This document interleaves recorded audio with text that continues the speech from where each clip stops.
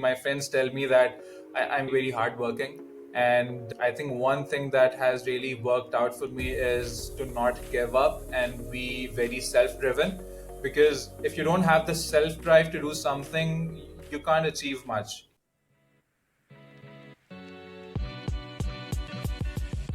You're listening to the East Meets West Pakistani Professional Journeys podcast, released bi-weekly every Sunday at 5 p.m. on YouTube, Spotify, Google Podcasts, and Apple iTunes. Welcome to the East Meets West Pakistani Professional Journeys podcast. Today, we have Shahzeb Naveed, who graduated from NUST with a Bachelor's of Engineering focused in electrical engineering and completed his Master's from University of Waterloo in Management Science and Data Analytics. He's worked in engineering, data science, and machine learning in companies such as Unilever, RBC, Telus, and GM. It's a pleasure having you on, Shahzeb. Yeah, thanks a lot for having me, and congratulations to you for starting this initiative. Thank you. So I guess we could start off with, do you mind just talking about your time in Pakistan? Yeah, sure. My time in Pakistan has been incredible. I spent most of my time back in my hometown, Gujranwala. And then for my undergrad, I moved to Islamabad in 2014. And it was a completely transformative period of my life because I got exposure and I got to meet different people from different parts of the country. And that was a whole new experience for me. And during my bachelor's, I also got to visit Karachi for an internship. So I also got to live in Sindh for a couple of months. That was also a very unique experience. And after I graduated in 2018, I got a job at Unilever. They have a factory and a residential colony associated with the factory in Rahim Yar Khan. So I moved from my hometown Gujranwala to Rahim Yar Khan, and that gave me the opportunity to explore the southern Punjab area as well. So overall, I have very fond memories of my time in Pakistan. In fact, I am in Pakistan right now because I'm traveling. So let's hope that power outage doesn't cause any disruption. Okay, wow, okay. I guess the time there is pretty late, I guess, right? No? Or It's 7 p.m. in Pakistan right Oh, okay, now. okay. Sounds good. Okay, that's Yeah, good. not too So late. have you traveled around or have you already known a lot of the places? Do you have any recommendations for people who are nearby or? Because I did my undergrad from NUST Islamabad, so in Islamabad, within the 2 hour radius, there were actually many trails for hiking.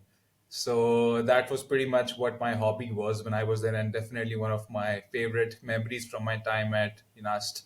So there are many places like Miranjani and Mushkpuri Peak. Many people know about Nathia Gali trails as well.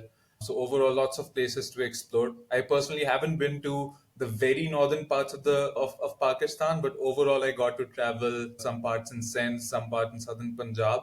So overall, I think there are still lots of places I wish to explore, but definitely my favorite trip so far has been my trip to Kashmir.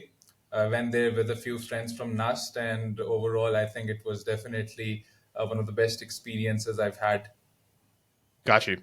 Walking through your process from going to Pakistan to Canada, was it smooth sailing or assuming it was difficult in its own ways? So do you mind just going through that process?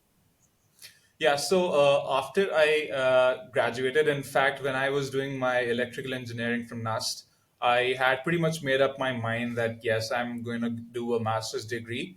The primary objective was not to settle abroad at that time, but it was mainly to get some international exposure because I thought that really adds value to your, professional and personal development. So that was the main goal. And secondly, because I wanted to switch away from electrical engineering. And having done a few courses on ML during my undergrad, I knew that this space of data science and machine learning is something I pursue later on. So while I was doing my bachelor's, I got an offer from Waterloo to do a master's in data analytics. And at the same time, I got an offer for a manufacturing position at Unilever Pakistan as well. It was a hard decision, but at that time I decided to defer my admission by 1 year, and I gave my joining to Unilever. I was like, okay, let's give it a try, and it ended up being a costly decision. Why? Because at the time when I had to pay my tuition fee to Waterloo, the Pakistani currency had further devaluated by an additional 20%. So it was a Mhm. bit costly decision, but the overall Unilever experience, I think it was worth it. Okay. And how did you manage to get the role? Because I know it's quite challenging in Pakistan and even in Canada, right, to get your first foot in the door. So how Mhm. was that? How did you find that experience? When after I resigned from my job at Unilever, I started doing my masters, and my masters was actually a co-op based masters program. At that point, I went through this standard university process. The University of Waterloo has an internal job portal. Many employers would come in and post job postings, and then you interview at different companies, and then the students rank different companies, and the companies rank different students, and then they have this simple matching algorithm, and you're then matched to a position. So that was pretty much what my process was. I did get a few offers from different companies, but the one offer that I actually ended up accepting at RBC was actually through a referral. So there was this job posting I saw on LinkedIn, and I saw that one of my seniors from NUST, who was also my senior at Waterloo, was working there. And I didn't know her, but I still put up my courage and just messaged her on LinkedIn that, hey, this is the job posting. Can you please refer me? And she was helpful enough, and she forwarded my resume, and I interviewed, and I finally accepted the position. So that's how I basically got my first co op position in Canada. Interestingly, the full time offer I got later on after I graduated, although I got other offers through my online applications as well, the one I finally ended up accepting was through a referral again from a senior from NUST. So I really realized if I compared the ratio, the interview call to application ratio between just applying online blindly versus asking and reaching out to people and getting referrals, I think I saw at least a 10x difference between the two. Got you. And when you shifted to Canada, was it like when you were doing your studies? Was it like a big transition, or how was that experience?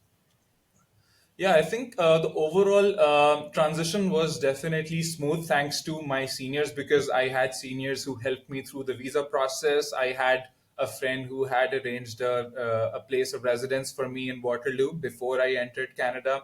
And then, as I just mentioned, I got referrals for my co op positions and full time roles. So, overall, these people who have helped me throughout really made it a lot easy for me to settle in Canada.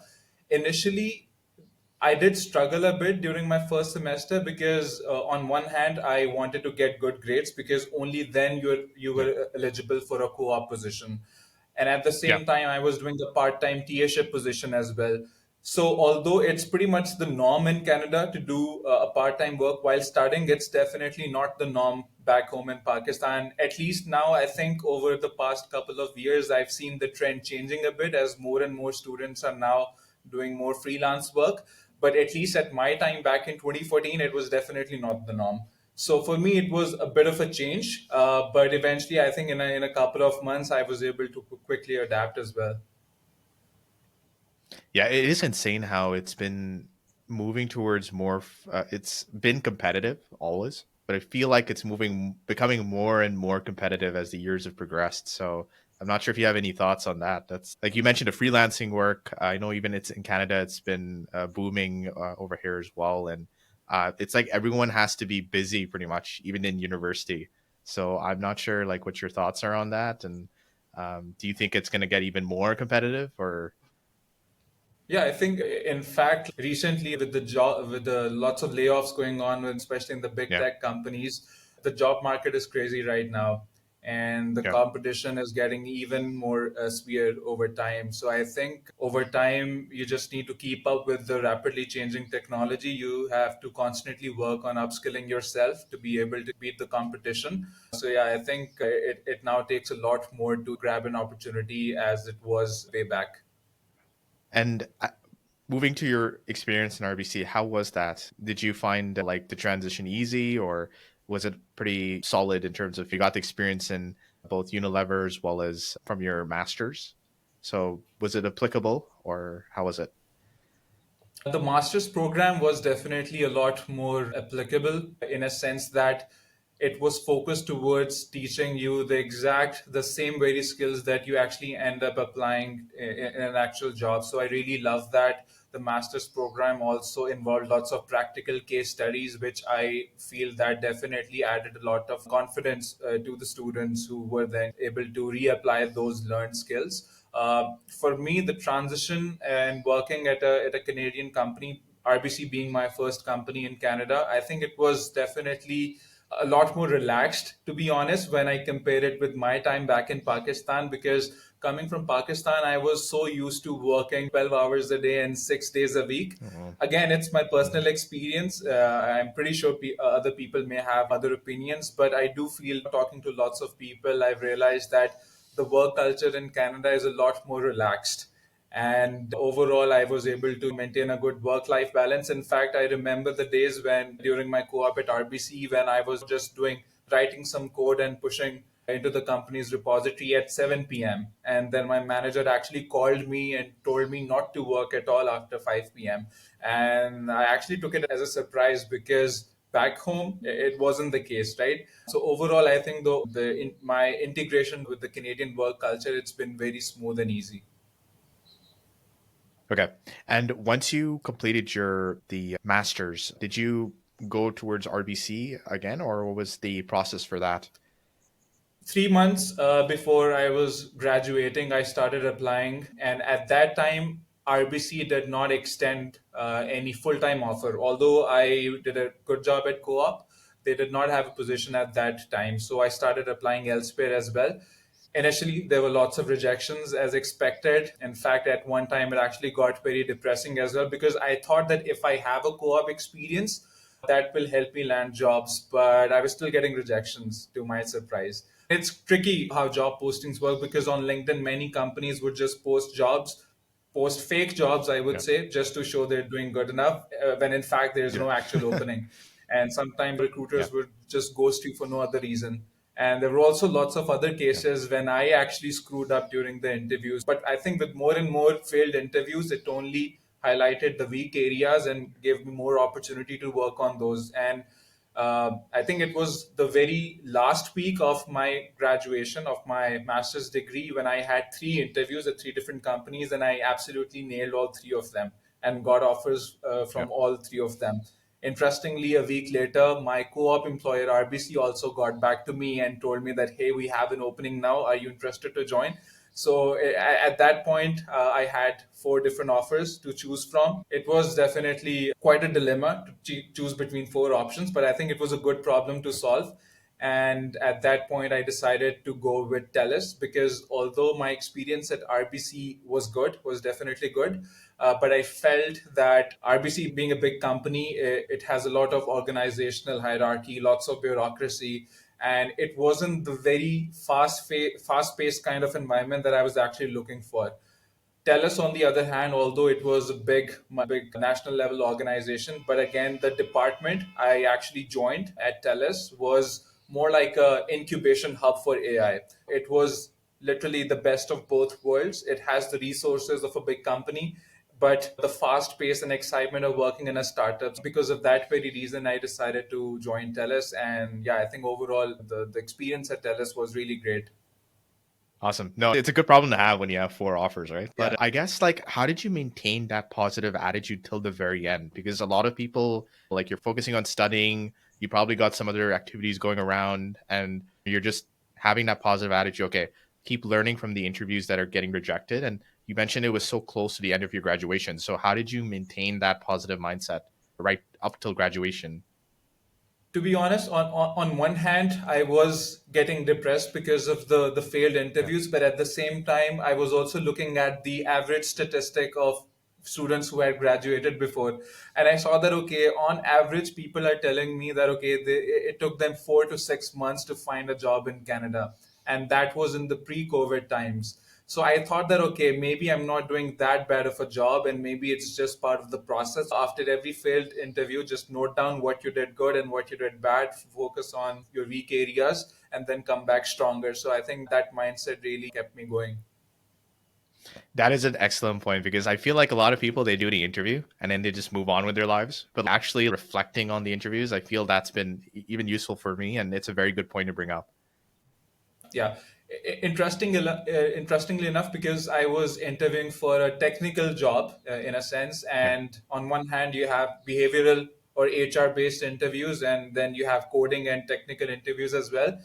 When I analyzed the technical or coding interviews, it's the famous 80-20 Pareto rule, right? And I saw that most of the times the questions or the concepts were actually repeating.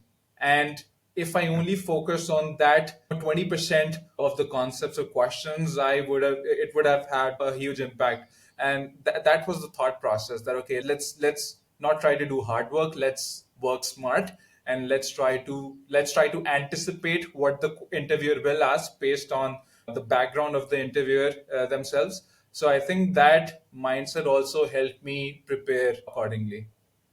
Okay. So yeah, do you mind just talking about your experience in Telus? What was your role, and then how did you progress in that role and the company itself? Yeah, sure. Initially at Telus, I interviewed for their graduate trainee program. And after I cleared the interview, as I mentioned, I had three other offers, and the compensation package for trainees wasn't that impressive. And that is when I actually negotiated for a more senior position. Although I gave an interview for a trainee program, then they offered me a more senior role. So I joined as a machine learning engineer. It was technically a data science plus machine learning role. So lots of statistics and ad hoc analysis work, as well as building machine learning models. During my first 6 months, I was focused more on providing analytics support on the network and engineering side of Telus. So, working with network and RF engineering teams and providing them with interesting insights, looking at the data from the network. And in the later 6 months of my experience at Telus, I was focused more on the operational and marketing side. So, we developed lots of models on customer propensity for different product lines. And yeah, I think that was a very fun experience working with the marketing team. So overall, I think, as I mentioned earlier, it was a very fast paced environment. It was like an incubator. And unlike other companies where you get very long deadlines for projects and you have lots of time to deliver on something, at TELUS, we had very short deadlines to deliver something. And the focus was more on doing iterations over and over again. So for example, there was one project we only had 2 weeks to build a customer propensity model. And Yeah. customer propensity model is the kind of work which you can, if you want to take, you can take 12 months to build it. But for us, we had to build it in Yeah. 2 weeks. We had to work very smart and focus more on giving and pushing out something. Got you. And for people who don't know what machine learning is, do you mind just giving a description of what that entails? Yeah, sure. In the computer science world, what used to happen before was a computer programmer would actually hard code or program rules to define a business logic, right? So, for example, one business rule could be if a customer's revenue is less than X, roll out an email or roll out a discount offer, for example. It's a business rule driving your programming framework. However, in the machine learning paradigm, you don't hard code any rules. You feed in the data and you let the algorithms and the math behind it come up with rules. So that's pretty much Okay. what the basic difference is. Either feeding in the rules yourself, or in the case of machine learning, the algorithm learns the rules by looking at the data. Got it. And once you completed your time at Telus, you moved on to GM, if I'm not mistaken. So how was that process like? Yeah, again, my third role at in Canada was again through a referral. That's awesome. There was this job posting, and one of my friends who still works at General Motors saw this job opening in his department, and he reached out to me and he said that, "Hey, look at this. Does this sound interesting?" And I went through the job description. It sounded really exciting. It was a data science role in the Super Cruise analytics team at GM. So Super Cruise is basically General Motors autopilot or hands-free driving technology. And I thought that, okay, I've worked in FMCGs, I've worked in banking, I've worked in telecom. Let's give automotive a try. And Super Cruise and hands-free technology itself sounds very exciting. So I thought that, okay, let's try out a new experience. I was a bit shaky because I only had completed my 12-month anniversary at Telus, and I was like, okay, will I be labeled as a job hopper if I do this change or not? But eventually, to be honest, talking to a few mentors, I went by what my heart was telling me, to be honest. And I thought, okay, I'm done with Telus. Let's try out a new experience. So I interviewed at GM, and at GM, it was definitely the most challenging set of interviews I've given of all the companies I've interviewed in Canada. I've interviewed many companies, to be honest, over the last 2, 3 years. The GM one in specific was definitely one of the most challenging ones. But I had an idea and I prepared accordingly, of course, for my coding and technical rounds. I did lots of refresher or crash courses just for a refresher of the concepts. I did lots of coding puzzles to crack the coding interviews as well. And eventually, all that hard work paid off at the end. Okay. And in terms of, you mentioned that you got a lot of roles through referrals. Do you have any advice for individuals to build their network or build the connections needed to get these roles? Or do you have any thoughts on that? Yeah, so in my case, as I said, I wasn't shy of reaching out to unknown people on LinkedIn and asking for referrals. I know it sounds like weird, but I think you have to put your ego aside and just give it a shot. There are lots of people who are willing to help. In my case, lots of people helped me, and that instills me a sense of giving back to the community as well. So lots of people, whenever they reach out to me, I take it as a responsibility to help them as well. So I think one should not be shy of asking for help. Just make sure you use LinkedIn to and ask for referrals over there. There are also other platforms. I think it's called referrals.io or something, where you can actually search for companies and ask people to refer you if you don't have a personal connection. But if you do want to build a personal network as well, I think there are lots of summits and conferences that happen, especially in the data science and machine learning space. I think it's important to attend those. Some of those conferences actually have paid tickets, but in many cases, employers are willing to sponsor those tickets. So you can visit based on your employer's sponsorship as well. And I think building that network, it's not only attending those conferences, not only good for building a network, but also because it helps you keep up with the recent trends in technology as well.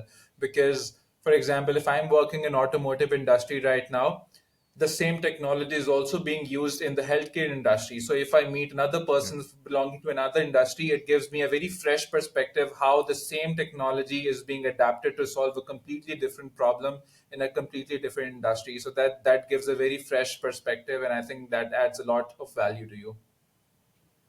Okay. And a person who's interested in actually breaking into this industry, do you have, like you already mentioned, in terms of being able to reach out where possible? Do you have any other further advice for immigrants that want to break into either the machine learning space or potentially like software engineering or other computer science based? Yeah, I think with machine learning, I think having a background in statistics, engineering, or math, or even physics definitely helps. In many cases, that is indeed one of the hard requirements. But I've still seen lots of people belonging to non technical backgrounds entering this space as well. I would encourage people to focus more on titles that are titled data science as opposed to machine learning, because sometimes, and it's weird how titles are defined these days, but data science roles actually expect more domain expertise as well. So if you, for example, if you're working in the financial industry and you have good information and knowledge of the finance, you are better off applying for a data science role in a financial industry setup as well. For some people, I've seen that having a master's degree definitely helps. In some cases, I've seen attending a 6 month or an 8 month boot camp has also worked for some people. Interestingly, another thing that works for some people is internal rotations within the company. And although it's Yeah. not very common, I had one instance back at RBC where I had a colleague who had no background in software engineering or even physics or any kind of STEM field. She was a pure risk management expert. And just because she wanted to have a taste of data science and machine learning, She requested for an internal rotation, and the company was willing to set up 1 or 2 year stint for her in a machine learning team. And that is how she actually joined her team as for 1 or 2 years, I think. And the company was willing to provide her with all the learning resources and enough time to settle in the role and learn from scratch. Although I think not many companies would do this, but I think it's still worth a shot. Got you. So I guess reaching this point, like I'm gonna make you reflect a little bit in the past, but what key habits or skills you felt have allowed you to reach this point in terms of where you started and then where you are at right now? Is there some key things that come top of mind from your experience? My friends tell me that I'm very hardworking. And I think one thing that has really worked out for me is to not give up and be very self driven. Because if you don't have the self drive to do something, you can't achieve much. For example, in my case, I had to have that self drive to upskill myself by taking online courses and certifications. I had to have the self drive to achieve something on my own. I built lots of Yeah. self learning independent projects just to build my portfolio, and that portfolio was basically the center of conversations I had during my interviews. So without self drive, I wouldn't have that portfolio. So I think having the Yeah. self drive is really important to achieve something. Got you. And then in terms of the certifications, do you recommend any on the top of your head, or do you have any thoughts for that? So recently, this year, I did complete one certification on Microsoft Azure. It's the Azure Data Science Okay. Yeah. certification. The preparation process for that, I think I prepared for it for a couple of months. I think that the content itself was pretty easy, but it still helped me keep up with the latest trends because when you're working in industry in a company, depending on the role, maybe, but for my case, 80% of time was more operational work, to be very honest. I didn't have much time to keep up with and try new technology and tools. Working towards that certification definitely gave me a framework to work towards it. I think having a piece of paper doesn't necessarily add any value. If that's your focus, I think the focus should be more on getting a good hands-on experience on the tools. I know there are some job postings that do require such certifications in the cloud computing space as a hard requirement, but in 90% of the cases they just expect you to be hands-on, and if you have the expertise, have the experience, I think they will be more than willing to hire you. But I think overall, working towards courses and certification, I think it's a great idea to keep up with the latest trends. Excellent. So I guess we asked this to all guests. So do you mind talking about what success means to you in personally, professionally? You can go either way here. So it's a little harder question, but I'll let you go wherever you want with this. Okay, so quite philosophical, but I think one should have gratitude and a sense of recognizing and appreciating the good and the blessings you've had and the good that you've achieved, while also constantly striving towards growth. So for me, in a professional setting, I think success means number one, constant learning, and number two, having an impact. And when I say impact, to say that it brings a lot of sense of fulfillment to me when I see that my work or my contribution is having a significant impact on a project or an end user product. And secondly, by impact, I also mean that having a positive influence on your peers and team members. So I think that brings a lot of job satisfaction to me. I can recall multiple instances where I coached young engineers and young data scientists, and it brought a lot of sense of achievement to me when I saw them doing great. So in a professional setting, I think that is pretty much what success would mean to me. But I think on a more personal level, success, I feel like it's really about having strong relationships and being able Yeah. to spend quality time with your loved ones. So, yeah, I think that's pretty much what success would mean to me. Awesome.